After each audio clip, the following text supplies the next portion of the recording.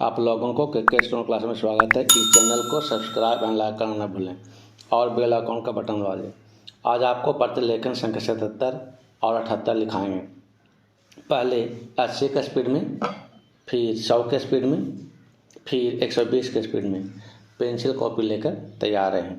Ready, last ready, start. महोदय, इस समय भारतवर्ष के सामने बहुत प्रकार की जटिल समस्याएं हैं और यह ऐसा समय है जब सबसे यह अपेक्षा की जाती है कि आप सदा भारत की सुरक्षा और उसकी उन्नति के लिए कटिबद्ध होंगे। आपको मालूम ही है कि जब से यह प्रश्न हमारे सामने आया है कि भाषा के आधार पर देश के विभिन्न भागों का पुनर्गठन किया जाए, तब से देश में बहुत प्रकार के आंदोलन उठ खड़े हुए हैं।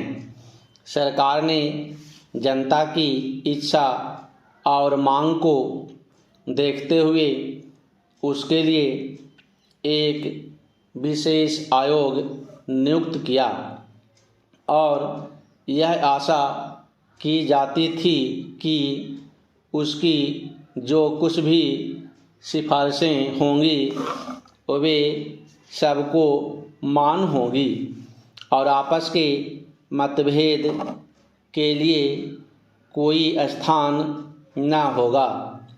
इस संबंध में सरकार ने जो भी निर्णय किए उनमें से अधिकांश निर्णय सर्वसम्मति से ही हुए हैं, परंतु दुख की बात है कि एक दो स्थानों पर मतभेदों से ने एक ऐसा रूप ले लिया जो देश के लिए वांछनीय नहीं हो सकता।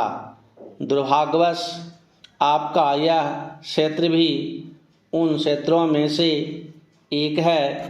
मुझे इस बात की बहुत प्रसन्नता है कि आपने भारत सरकार के साथ सदा सहयोग करने और हर प्रकार से उसके निर्णय को मानकर देश के सुगठित प्रशासन में हाथ बटाने का विश्वास दिलाया है।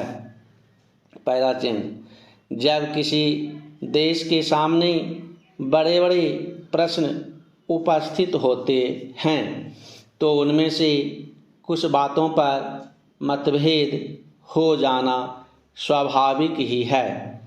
इस युग में जब हम सब काम जनता की सम्मति से करना चाहते हैं और हमारी सरकार भी जनता की बनाई हुई है, तब यदि कहीं मतभेद हो जाए तो उसमें उतावलापन करने की कोई गुंजाइश नहीं रहती, क्योंकि विरोध प्रदर्शन करने के लिए आपके पास पर्याप्त समय है। परंतु एक चीज़ जो हम सबको भली भांति जान लेनी चाहिए और जिसके संबंध में किसी प्रकार के मतभेद की गुंजाइश नहीं होनी चाहिए, वह यह है कि चाहे हमारे मतभेद कितने ही अधिक क्यों न हों, उनको सुलझाने का एक ही उपाय है और वह उपाय यह है कि इस संबंध में निर्णय आपस में बातचीत करके तथा एक दूसरे को समझा बुझा कर किए जाएं, डंडों और पत्थरों से नहीं।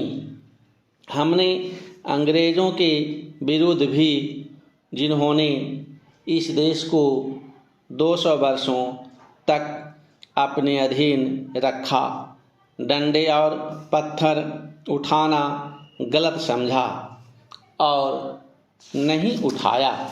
पैराचेन महोदय, तो क्या आपस के छोटे मोटे झगड़ों के लिए हम डंडे और पत्थरों का उपयोग करेंगे और एक दूसरे की भावना, उनकी प्रसन्नता और उनके विचारों का ध्यान नहीं रखेंगे?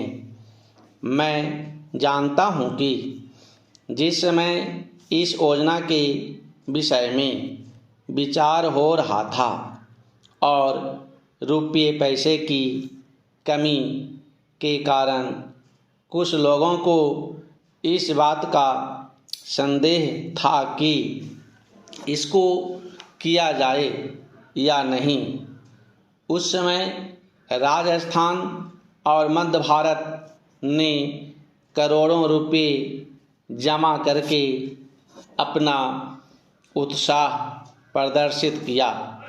इससे लोगों में केवल उत्साह को ही प्रोत्साहन प्राप्त नहीं हुआ, बल्कि उनमें सहयोग की भावना का भी विकास हुआ, क्योंकि इतना बड़ा काम यदि ऐसी भावना पर नहीं तो और किस भरोसे पर हाथ में लिया जा सकता था।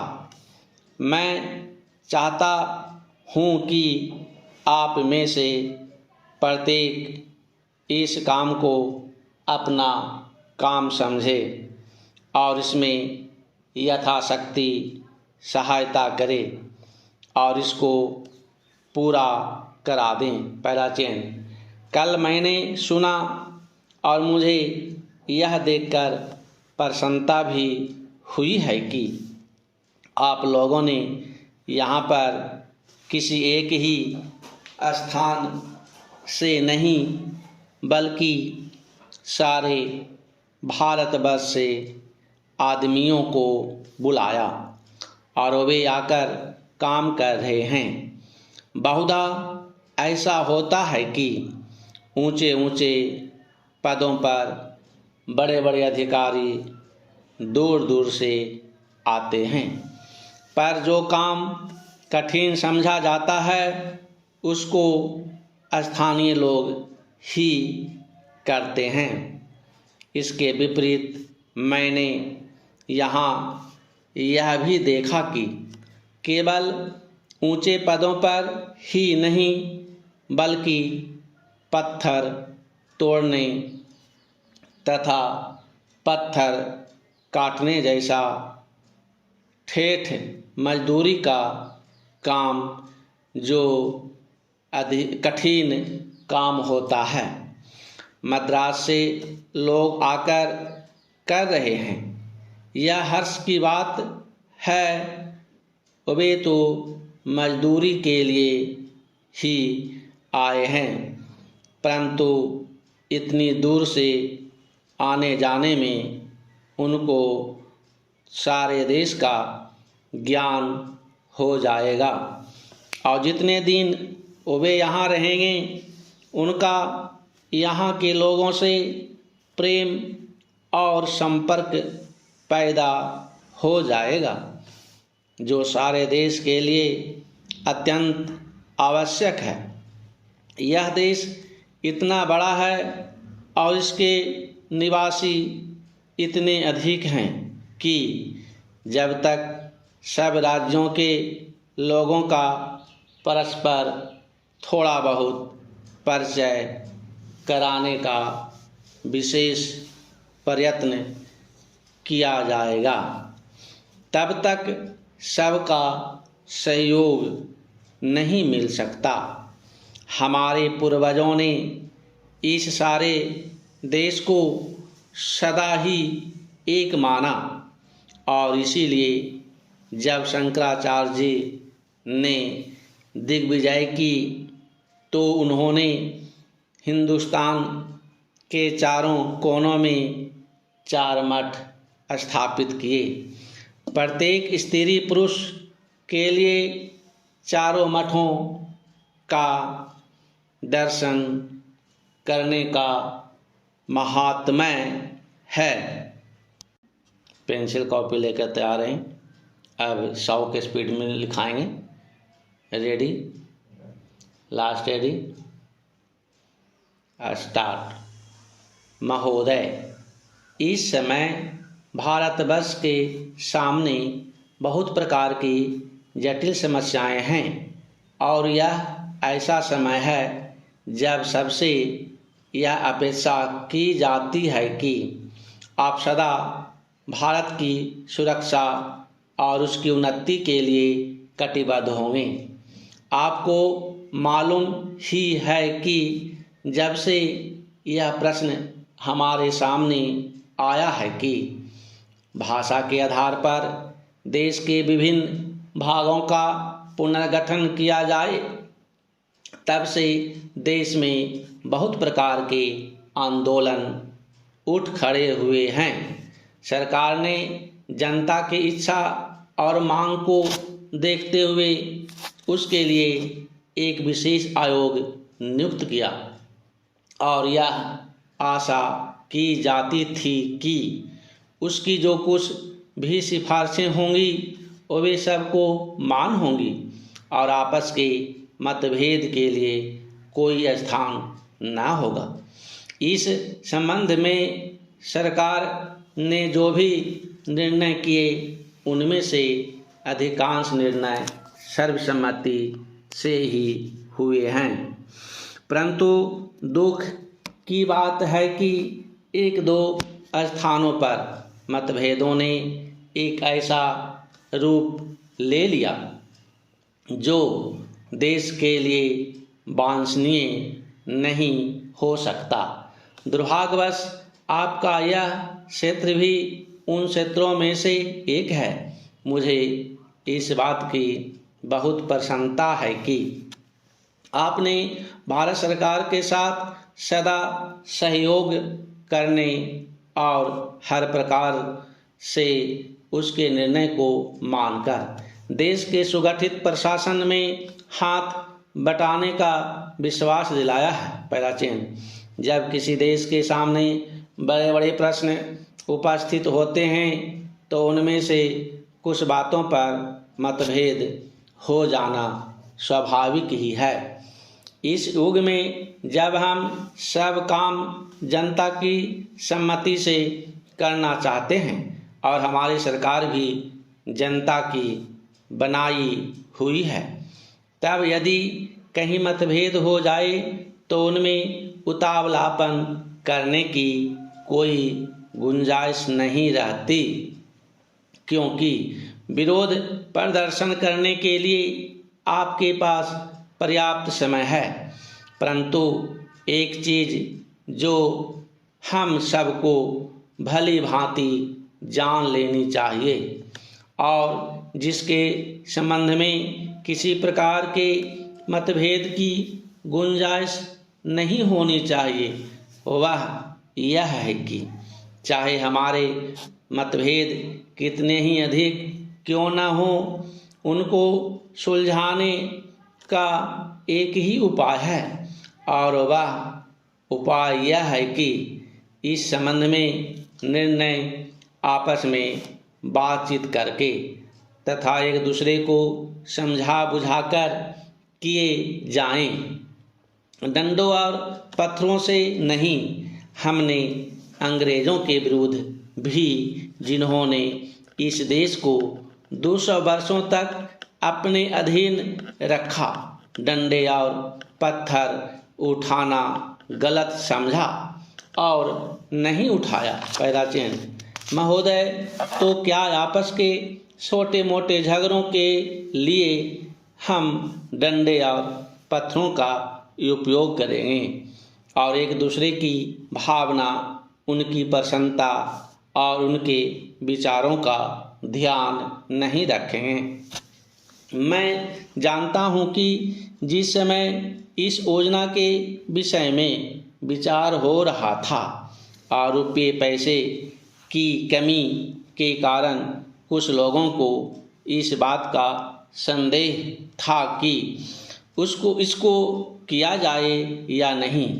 उस समय राजस्थान और मध्य भारत ने करोड़ों रुपये जमा करके अपना उत्साह प्रदर्शित किया। इससे लोगों में केवल उत्साह को ही प्रोत्साहन प्राप्त नहीं हुआ, बल्कि उनमें सहयोग की भावना का भी विकास हुआ, क्योंकि इतना बड़ा काम यदि ऐसी भावना पर नहीं तो और किस भरोसे पर हाथ में लिया जा सकता था।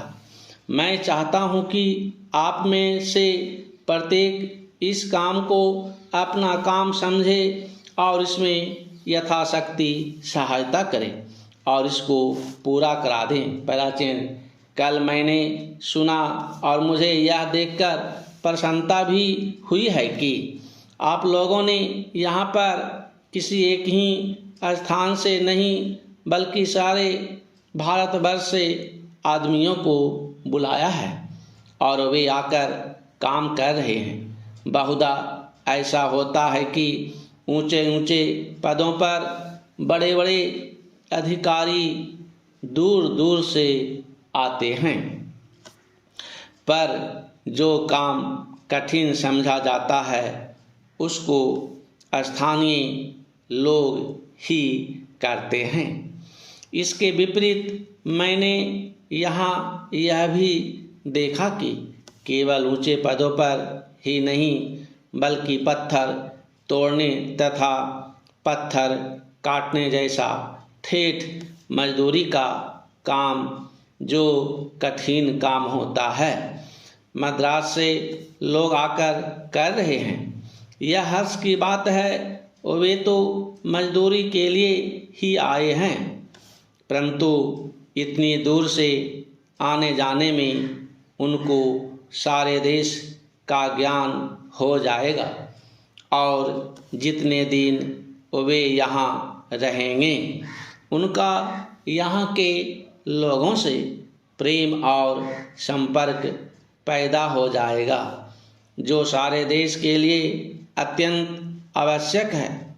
यह देश इतना बड़ा है और इसके निवासी इतने अधिक हैं कि जब तक सब राज्यों के लोगों का परस्पर थोड़ा बहुत परिचय कराने का विशेष प्रयत्न नहीं किया जाएगा, तब तक सबका सहयोग नहीं मिल सकता।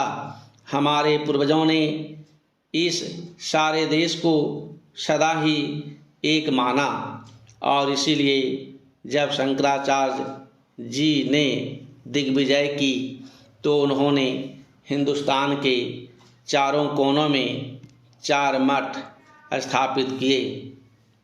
प्रत्येक स्त्री पुरुष के लिए चारों मठों का दर्शन करने का महात्म्य है। पेंसिल कॉपी लेकर तैयार हैं।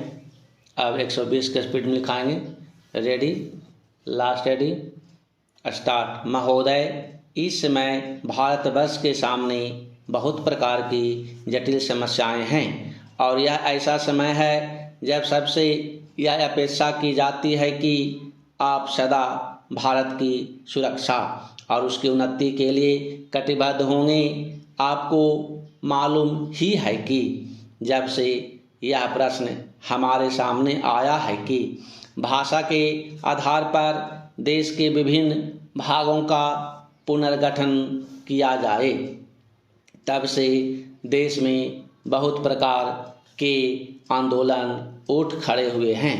सरकार ने जनता की इच्छा और मांग को देखते हुए उसके लिए एक विशेष आयोग नियुक्त किया और यह आशा की जाती थी कि उसकी जो कुछ भी सिफारिशें होंगी वे सबको मान होंगी और आपस के मतभेद के लिए कोई स्थान ना होगा। इस संबंध में सरकार ने जो भी निर्णय किए उनमें से अधिकांश निर्णय सर्वसम्मति से ही हुए हैं। परंतु दुख की बात है कि एक दो स्थानों पर मतभेदों ने एक ऐसा रूप ले लिया जो देश के लिए वांछनीय नहीं हो सकता। दुर्भाग्यवश आपका यह क्षेत्र भी उन क्षेत्रों में से एक है। मुझे इस बात की बहुत प्रसन्नता है कि आपने भारत सरकार के साथ सदा सहयोग करने और हर प्रकार से उसके निर्णय को मानकर देश के सुगठित प्रशासन में हाथ बटाने का विश्वास दिलाया है। प्राचीन जब किसी देश के सामने बड़े बड़े प्रश्न उपस्थित होते हैं तो उनमें से कुछ बातों पर मतभेद हो जाना स्वाभाविक ही है। इस युग में जब हम सब काम जनता की सम्मति से करना चाहते हैं और हमारी सरकार भी जनता की बनाई हुई है, तब यदि कहीं मतभेद हो जाए तो उसमें उतावलापन करने की कोई गुंजाइश नहीं रहती, क्योंकि विरोध प्रदर्शन करने के लिए आपके पास पर्याप्त समय है। परंतु एक चीज़ जो हम सबको भली भांति जान लेनी चाहिए और जिसके संबंध में किसी प्रकार के मतभेद की गुंजाइश नहीं होनी चाहिए, वह यह है कि चाहे हमारे मतभेद कितने ही अधिक क्यों न हो, उनको सुलझाने का एक ही उपाय है और वह उपाय यह है कि इस संबंध में निर्णय आपस में बातचीत करके तथा एक दूसरे को समझा बुझाकर किए जाएं, डंडों और पत्थरों से नहीं। हमने अंग्रेज़ों के विरुद्ध भी, जिन्होंने इस देश को 200 वर्षों तक अपने अधीन रखा, डंडे और पत्थर उठाना गलत समझा और नहीं उठाया। पैराचिन महोदय, तो क्या आपस के छोटे मोटे झगड़ों के लिए हम डंडे और पत्थरों का उपयोग करेंगे और एक दूसरे की भावना,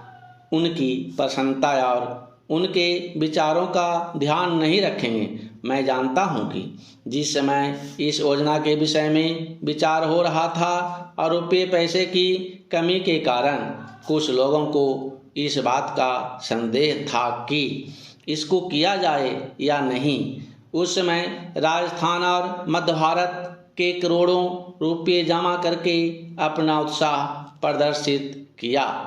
इससे लोगों में केवल उत्साह को ही प्रोत्साहन प्राप्त नहीं हुआ, बल्कि उनमें सहयोग की भावना का भी विकास हुआ, क्योंकि इतना बड़ा काम यदि ऐसी भावना पर नहीं तो और किस भरोसे पर हाथ में लिया जा सकता था। मैं चाहता हूं कि आप में से प्रत्येक इस काम को अपना काम समझें और इसमें यथाशक्ति सहायता करें और इसको पूरा करा दें। पैराचिन, कल मैंने सुना और मुझे यह देखकर प्रसन्नता भी हुई है कि आप लोगों के यहाँ पर किसी एक ही स्थान से नहीं बल्कि सारे भारतवर्ष से आदमियों को बुलाया है और वे आकर काम कर रहे हैं। बहुधा ऐसा होता है कि ऊंचे ऊंचे पदों पर बड़े बड़े अधिकारी दूर दूर से आते हैं, पर जो काम कठिन समझा जाता है उसको स्थानीय लोग ही करते हैं।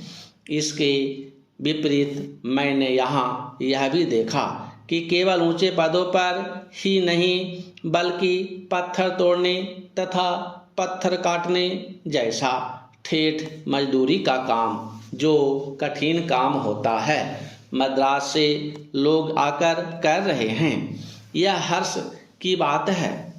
वे तो मजदूरी के लिए ही आए हैं, परंतु इतनी दूर से आने जाने में उनको सारे देश का ज्ञान हो जाएगा और जितने दिन वे यहाँ रहेंगे उनका यहाँ के लोगों से प्रेम और संपर्क पैदा हो जाएगा, जो सारे देश के लिए अत्यंत आवश्यक है।